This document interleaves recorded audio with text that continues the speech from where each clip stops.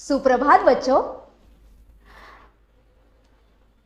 आज का नया पाठ शुरू करने से पहले मैं आपको एक छोटा सा पर रोचक वीडियो दिखाना चाहती हूँ।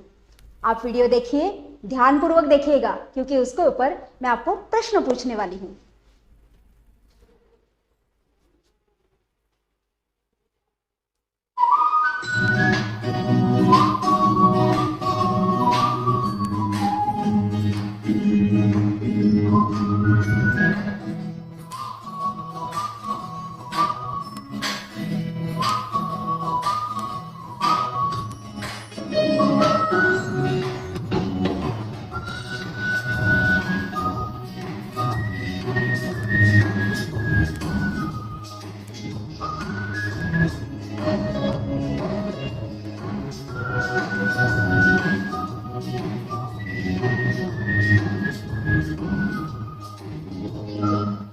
आपने अच्छी तरीके से वीडियो देख लिया होगा। अब मुझे बताइए कि ये वीडियो देखकर आपको क्या जानकारी मिलती है। सही जवाब, एक छोटी लड़की जैसे मां कर रही है वैसे ही कृति कर रही है। इसी को हम दूसरी भाषा में बोलते हैं अनुकरण करना। बराबर है। छोटे बच्चे हो या बड़े हो, हम सब किसी न किसी का अनुकरण करते हैं, अच्छी बातों का। बराबर है। हमेशा किसी श्रेष्ठ व्यक्ति का या आदर्श व्यक्ति का अनुकरण किया जाता है। अब एक छोटा सा सामान्य ज्ञान के ऊपर मैं आपको एक प्रश्न पूछने वाली हूं।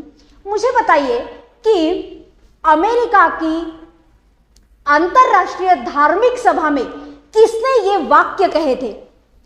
मेरे अमेरिका के भाइयों और बहनों, ये वाक्य किस व्यक्ति ने कहे थे? बहुत सही, बिल्कुल सही, स्वामी विवेकानंद जी। स्वामी विवेकानंद जी एक श्रेष्ठ व्यक्ति थे, आदर्श व्यक्ति थे, और इसीलिए हमेशा उनका अनुकरण किया जाता है। संस्कृत में एक बहुत ही बढ़िया श्लोक है, जरा सुनिएगा। यद्यदा चरति श्रेष्ठस् तत्तद्देवे तरो जनाः सयत् प्रमाणम कुरुते लोकस्तदनुवर्तते। इसका मतलब है कि किसी श्रेष्ठ व्यक्ति का आचरण सबके लिए अनुकरण प्रिय हो ही जाता है, वो व्यक्ति आदर्श बन जाता है। तो आज इसी आदर्श श्रेष्ठ विवेकानंद जी की एक छोटी सी नीति कथा मैं आपको बताने वाली हूं।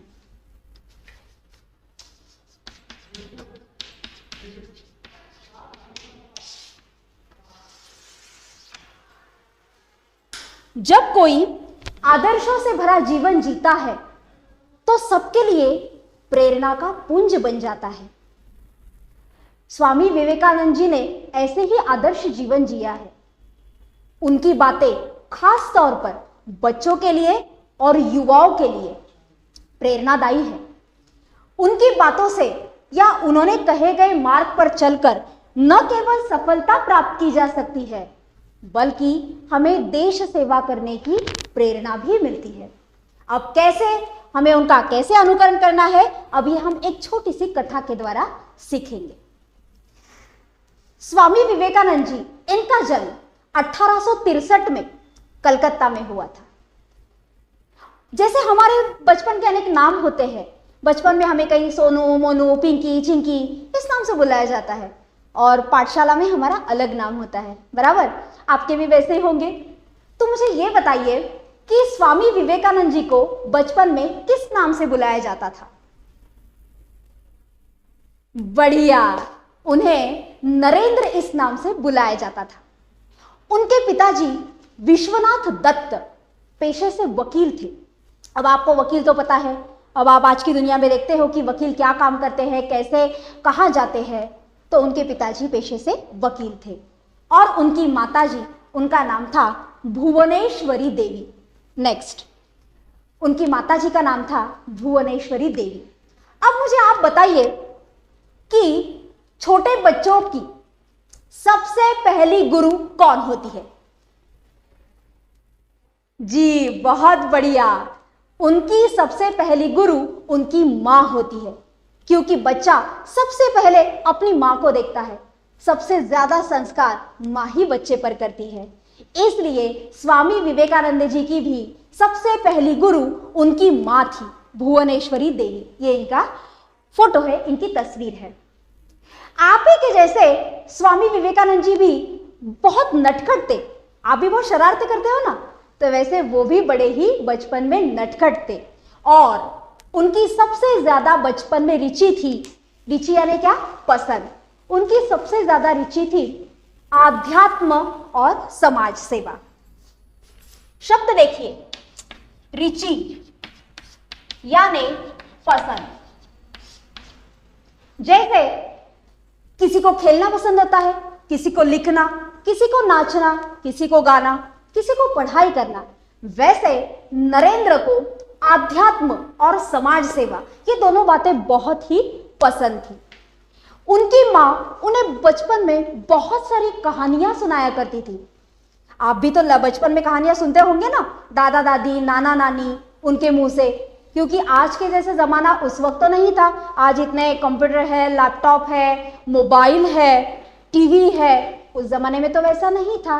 इसलिए कहानियां सुन सुनकर ही बच्चे बड़े होते थे और उन पर संस्कार होते थे। तो उनकी मां उन्हें हमेशा रामायण और महाभारत, इनकी कहानियां हमेशा सुनाती थी। जैसे मैंने पहले बताया कि नरेंद्र बड़े ही नटखट थे, लेकिन उसके साथ वो कुशाग्र बुद्धि के थे। कुशाग्र यानी क्या, तेज बुद्धि। कुशाग्र, हमेशा हम ये शब्द सुनते हैं, तेज बुद्धि। यानी कि कोई भी बात जल्दी से समझ में आना, उसे कहा जाता है कुशाग्र बुद्धिमत्ता, तेज बुद्धिमत्ता। वो हमेशा अपनी मां की बातें ध्यानपूर्वक सुनते थे। इस पर ध्यान दीजिए, एकाग्रता से सुनते थे, ध्यानपूर्वक सुनते थे। मतलब इस कान से सुना, इस कान से छोड़ दिया, क्या रोज रोज बातें करती है, ऐसा वो कभी नहीं सोचते थे। हमेशा वो उनकी बातें ध्यानपूर्वक सुनते थे और आत्मसात कर लेते थे। आत्मसात करना यानी क्या, कि ग्रहण करना, हमारे बर्ताव में परिवर्तन लाना, आत्मसात करना। तो नरेंद्र बड़े ही कुशाग्र बुद्धि के थे। जब वो बचपन से युवावस्था की ओर जाने लगे, युवावस्था, युवावस्था यानी क्या, युवावस्था यानी जवानी, यौवन। ठीक है, अभी आप 6ठी 7वीं कक्षा में हो, यानी कि आप अभी बच्चे हो। जब आप 11वीं 12वीं और उसके आगे जाएंगे सीखते सीखते, तब आप युवावस्था की ओर बढ़ जाएंगे। इसे कहा जाता है युवावस्था, यानी कि जवानी। ठीक है, तो जैसे ही नरेंद्र युवावस्था की ओर बढ़ने लगे, तो उनका मन समाज सेवा की ओर आकर्षित होने लगा। उन्हें समाज सेवा करना बहुत ज्यादा पसंद था। इसलिए एक दिन उन्होंने अपनी मां से कहा, मां, मैं गुरु के घर जाना चाहता हूं और समाज सेवा करना चाहता हूं। अब आपको तो पता है, जैसे आप पाठशाला में आते हो सीखने के लिए, तो उस समय में गुरु के घर जाकर सीखने की प्रथा थी। गुरु के घर जाकर सब लोग सीखते थे। वैसे ही नरेंद्र को जाना था। अब मुझे ये बताइए कि गुरु शिष्यों की जोड़ियां तो आपने बहुत बार सुनी होगी, या गुरु पूर्णिमा के दिन भी सुनी होगी। तो मुझे बताइए कि स्वामी विवेकानंद जी, इनके गुरु का नाम क्या था? बहुत प्रसिद्ध है, वो भी आपने जरूर सुना होगा। बिल्कुल सही, उनका नाम था रामकृष्ण परमहंस। बहुत ही प्रसिद्ध जोड़ी है गुरु और शिष्य की। तो उन्हें अपने गुरु के घर जाना था। तो मां ने एक पल के लिए सोचा कि हां, नरेंद्र तो जाना चाहता है, लेकिन मां ने अपने मन में सोचा कि क्या नरेंद्र सच में समाज सेवा के लिए योग्य है? योग्य यानी क्या? पात्र, काबिल। ठीक है, समाज सेवा के लिए तो मैं तो इसे भेज दूंगी, गुरु के घर भेज दूंगी, पर क्या ये सच में समाज सेवा के करने के योग्य है, काबिल है, पात्र है? तो ये मां ने कुछ क्षणों के लिए अपने मन में सोचा। और उन्होंने ये तय किया कि ठीक है, नरेंद्र को मैं भेजूंगी, पर सबसे पहले मैं उसकी छोटी सी एक परीक्षा लूंगी और उसके बाद में भेजूंगी। तो माँ ने नरेंद्र से कहा, ठीक है बेटा, वहां पर एक चारपाई रखी है और चारपाई पर चाकू है, वो जरा मुझे ला कर दो। तो नरेंद्र ने माँ की आज्ञा मानी और उन्होंने कहा कि ठीक है माँ, ला कर देता हूं। नरेंद्र ऐसे ऐसे चले गए और उन्होंने चाकू लाया और माँ के हाथ में दिया। इस तरह से माँ ने आश्चर्यचकित होकर, हैरान होकर नरेंद्र की तरफ देखा और माँ ने कहा, नरेंद्र बेटा, तुमने ऐसा क्यों किया? चाकू का नुकीला भाग तुमने खुद पकड़ लिया और दूसरा भाग मेरे हाथ में दे दिया। तुमने ऐसा क्यों किया बेटा? और नरेंद्र मंद मंद मुस्कुराए और उन्होंने धीरे से अपने माँ की तरफ देखा और माँ से कहा, माँ, अगर चाकू का नुकीला भाग मैं तुम्हारी तरफ करता, इस तरह से अगर चाकू देता, तो तुम्हें चाकू लग सकता था, तुम्हें तकलीफ होती। अगर ये चाकू तुम्हारे हाथ में लग जाए और खून बहने लग जाए तो मुझे अच्छा नहीं लगता, किसी को तकलीफ देनी नहीं चाहिए। और अगर मैं चाकू ऐसा देता तो तुम्हें तुम्हारे हाथ में लग सकता था, इसलिए नुकीला भाग मैंने खुद पकड़ लिया और दूसरा भाग तुम्हें दिया माँ, ताकि अगर कुछ तकलीफ हो तो मुझे हो। अगर चाकू का नुकीला भाग लग जाए, मेरे हाथों से खून आ जाए तो कोई परेशानी नहीं, लेकिन मेरी माँ को तकलीफ नहीं होनी चाहिए। और ये ऐसी नरेंद्र की ऐसी बातें सुनकर उसकी माँ की आंखें भर आई। उन्होंने भरी हुई आंखों से ऊपर देखा और नरेंद्र से कहा, उनके चेहरे पर से हाथ फिराया और कहा, नरेंद्र बेटा, सच में आज मैं धन्य हो गई, सच में आज मैं धन्य हो गई नरेंद्र, तुम्हारे जैसा बेटा पाकर। तुम 100% सही हो समाज सेवा के लिए। तुम गुरु के घर जा सकते हो नरेंद्र, क्योंकि जो खुद से ज्यादा दूसरों के बारे में सोचता है वही सच्ची समाज सेवा कर सकता है। क्योंकि जो खुद के बारे में सोचता है उसे स्वार्थी कहा जाता है, लेकिन जो खुद को छोड़कर दूसरों की तकलीफ के बारे में सोचता है उसे सच्चा इंसान कहते हैं। मुझे चाकू ना लगे इसलिए तुमने नुकीला भाग खुद पकड़ लिया और मेरे हाथ में दूसरा भाग दे दिया। सचमुच नरेंद्र, तुम धन्य हो बेटा। और ऐसा कहकर नरेंद्र को उन्होंने अपने गले से लगा लिया, अपने सीने से लगा लिया। वो बहुत खुश हो गई और उन्होंने नरेंद्र से कहा कि बेटा, मेरे आशीर्वाद हमेशा तुम्हारे साथ है, तुम जाओ और समाज सेवा करो। देखिए कितनी छोटी सी बात है, कितनी छोटी सी बात है, लेकिन कितनी छोटी सी उम्र में नरेंद्र ने, स्वामी विवेकानंद ने ये सोचा। हमसे भी अगर कोई पूछता है कि वो चाकू दे दीजिए, तो हड़बड़ी में हम भी ऐसा ही उठाकर ऐसा दे देते हैं। मेरा उद्देश्य ऐसा नहीं है कि सामने वाले को चाकू लगे, लेकिन उस तरीके से हम सोचते नहीं हैं। हाँ, ऐसा ही चाकू दे देते हैं। सच में अगर मैं ऐसा पकड़ती हूं और सामने वाला अगर ऐसे जल्दी जल्दी में ऐसा पकड़ लेता और अगर उसे चाकू लग गया तो, लेकिन हम इतनी बातें सोचते नहीं हैं। तो हमें उस तरीके से सोचना है। मतलब देखिए कि कितना संवेदनशील मन है स्वामी विवेकानंद जी का। इतनी छोटी सी उम्र में उन्होंने सोचा कि नहीं, मुझे तकलीफ हो जाए वो चलेगा, लेकिन मेरी माँ को और सामने वाले को कुछ ना हो जाए। तो इस कहानी से हमें इतना पता चलता है कि दूसरों को तकलीफ ना हो इस बारे में सोचना है। हमारा या आपका किसी का उद्देश्य नहीं है कि आपको लग जाए, लेकिन हम कैंची देते वक्त भी ऐसा ही करते हैं। कैंची ऐसे पकड़ते हैं, सामने वाले को देते हैं, नुकीला भाग वहां हो जाता है। सुई भी देते हैं, वैसा ही करते हैं, नुकीला भाग सामने हो जाता है। तो इस तरीके से हमें सोचना है।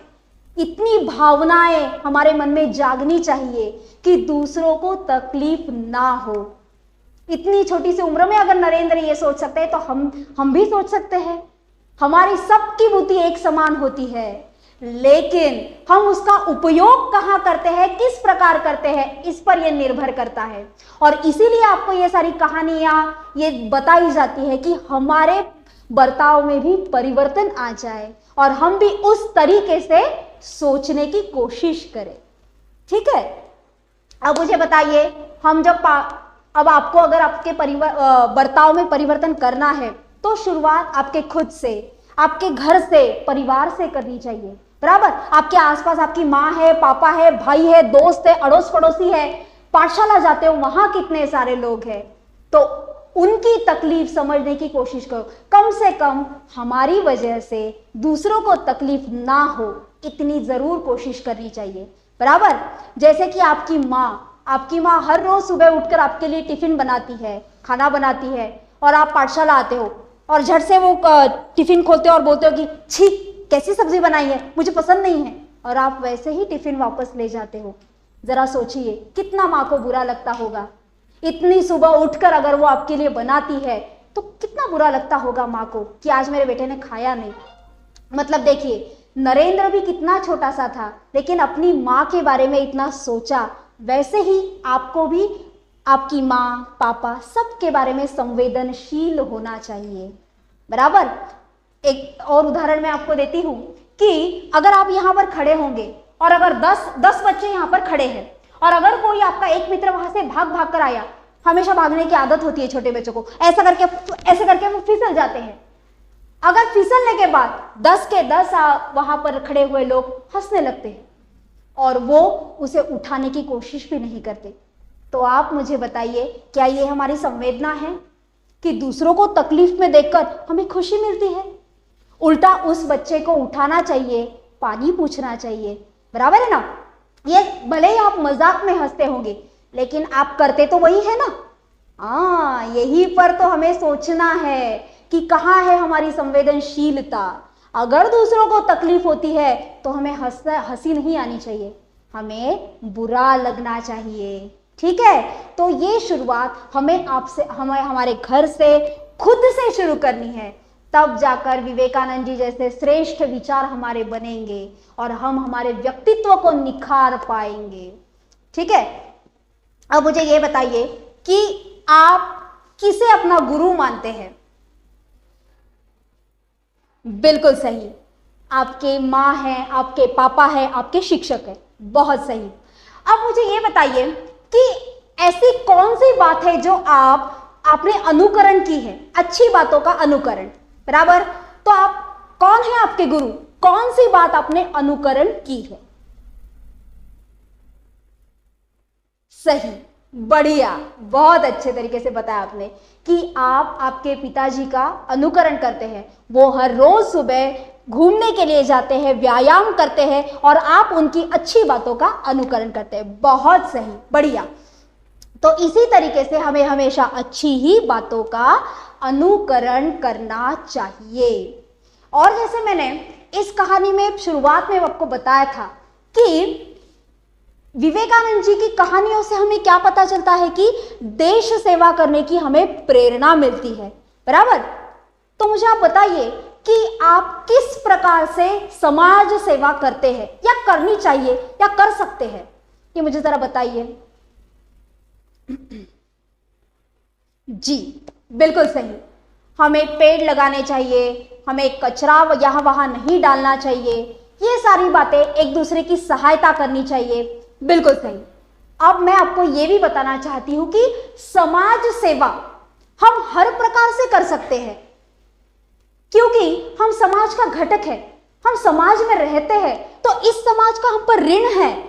माँ का ऋण है, पापा का ऋण है, अड़ोस पड़ोसियों का ऋण है, वैसे समाज का भी हम पर ऋण होता है और कुछ ना कुछ प्रतिशत हमें वो समाज सेवा करके उतारना चाहिए। बराबर, तो अभी कोरोना की महामारी चल रही है तो हम ऐसा भी कर सकते हैं, सरकार ने इतने सारे नियम बनाए हैं तो उन नियमों का पालन करना ये भी सबसे बड़ी समाज सेवा है। हर कोई जाकर सैनिक नहीं बन सकता, ऐसी बंदूक लेकर हम ऐसे सैनिक बन जाए, हर कोई, किसी के बस की ये बात नहीं है। बराबर, लेकिन छोटी छोटी बातों से हम जरूर समाज सेवा कर सकते हैं। सरकार ने नियम बनाए हैं कोरोना की महामारी में कि आप घर से बिना काम के बाहर मत निकलिए, तो बिना काम के बाहर निकलना तो नियमों का उल्लंघन हुआ, यानी कि आप अगर घर से बाहर ना निकले तो ये भी आपकी एक समाज सेवा है। दूसरी बात, सरकार ने कहा है कि बिना मास्क के घर के बाहर निकलना नहीं है। अगर आप बिना मास्क के घर के बाहर नहीं निकलेंगे तो ये भी एक प्रकार की समाज सेवा है। ठीक है। अलग अलग तरह के पेड़ लगाना, फिर वो रस्तों पर कचरा ना डालना, ये भी एक प्रकार की समाज सेवा है। और जैसे कहा जाता है कि सिग्नल पर अगर वो वहां पर सिग्नल है तो आप अगर सिग्नल तोड़कर चले जाएंगे तो क्या ये समाज सेवा होगी? आपने तो नियमों का उल्लंघन किया, तो नियमों का पालन कीजिए। और जैसे सरकार ने कहा है कि हेलमेट पहनकर निकलिए, आप हेलमेट पहनकर निकलेंगे तो भी ये एक प्रकार की समाज सेवा ही है। तो अनेक प्रकार से हम समाज की सेवा कर सकते हैं। और अभी आप छोटे हो तो अभी आपको ये अगर समझ में आ जाए कि समाज सेवा करना चाहिए, ये भावना आप में जागृत हो, इसीलिए आपको ऐसे आदर्श लोगों की कहानियां बताई जाती है ताकि आपको ये समझ में आ जाए कि हमें हमारे व्यक्तित्व को कैसे निखारना है। तो अब मुझे बताइए कि ये जो पूरी आपने एक कहानी सुनी या जो एक प्रसंग सुना, तो उससे आपको क्या सीख मिलती है? बताइए। बहुत बढ़िया, हमें ये सीख मिलती है कि हमें दूसरों की तकलीफ कम करनी चाहिए, हमारी वजह से दूसरों को तकलीफ ना हो, इसका ख्याल हमें जरूर रखना चाहिए। ये बहुत बड़ी सीख हमें इससे मिलती है। मैं अभी आपको एक छोटा सा वीडियो दिखाती हूं, आप वो देख लीजिए, आपको और अंदाजा आ जाएगा।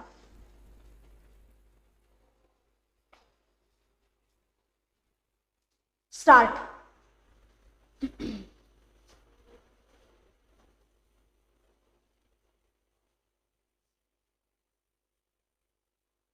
देखिए इस वीडियो को।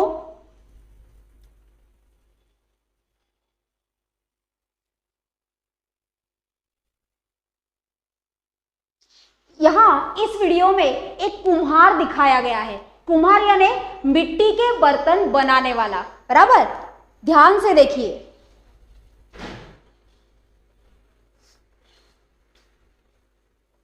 ये देखिए, कुम्हार इस मिट्टी से अलग अलग आकार के बर्तन बना रहा है, ठीक है।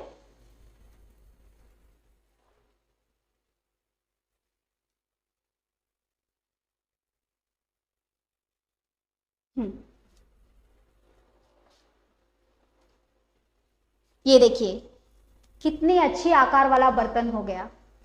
अब मैं आपको ये बताना चाहती हूं कि कुम्हार जो बर्तन बनाता है, आप बिल्कुल इस मिट्टी की तरह हो। छठी सातवीं कक्षा यानी कि आप छोटे हो, आप बिल्कुल इस मिट्टी की तरह हो।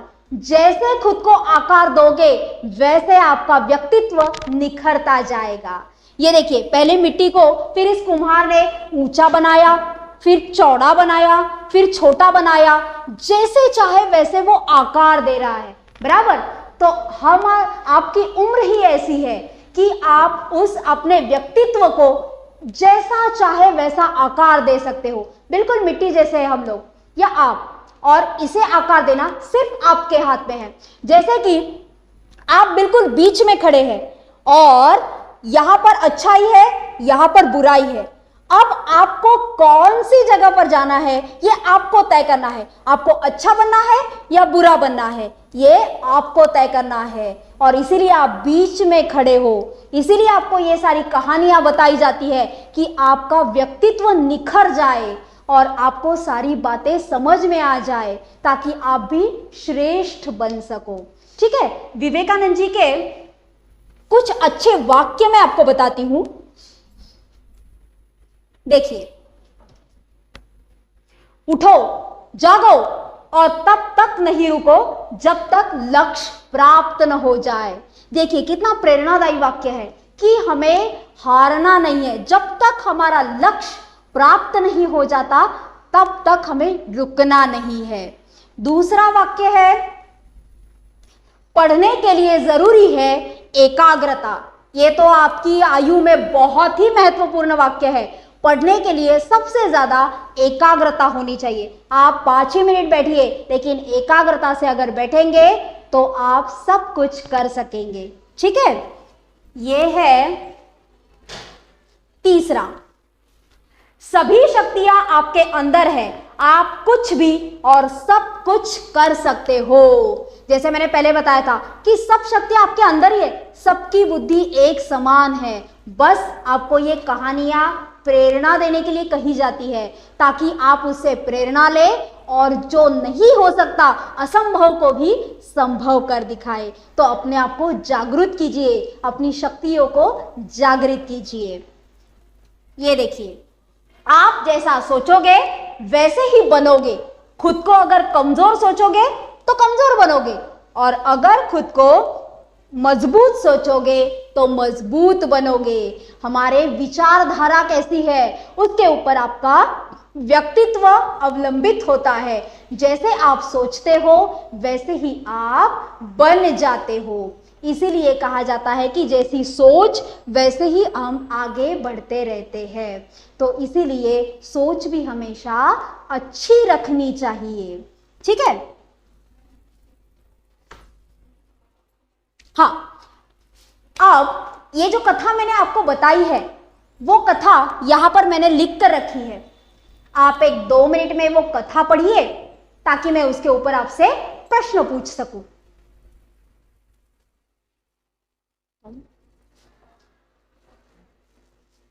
जी, अब मुझे बताइए कि इस कथा में कौन कौन से विराम चिन्ह आए हैं।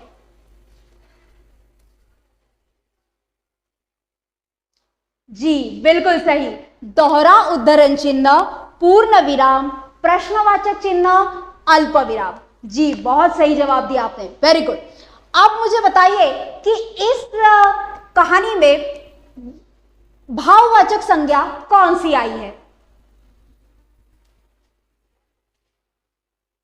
जी बहुत बढ़िया, बचपन नाम की हमें यहां पर भाववाचक संज्ञा आई है, बहुत बढ़िया। अब मुझे बताइए यहां पर संयुक्त शब्द कौन से आए हैं इस कथा में। जी सही जवाब, उन्होंने, आत्मसात, ये ज्यादा, ऐसे संयुक्त शब्द इसमें आए हैं, बहुत बढ़िया। अब मुझे बताइए कि इसमें व्यक्तिवाचक संज्ञा कौन सी आई है। जी सही जवाब, यहां पर नरेंद्र, विश्वनाथ दत्त और उनकी मां का नाम भुवनेश्वरी देवी, ये व्यक्तिवाचक संज्ञाएं आई है, बिल्कुल सही जवाब। तो आज हमने स्वामी विवेकानंद जी की नीति कथा के बारे में पढ़ा, और मैं आशा करती हूं कि आपको ये कथा पसंद आई होगी और आप उसी के तरह अनुकरण करके अपने व्यक्तित्व को जरूर निखारेंगे। धन्यवाद।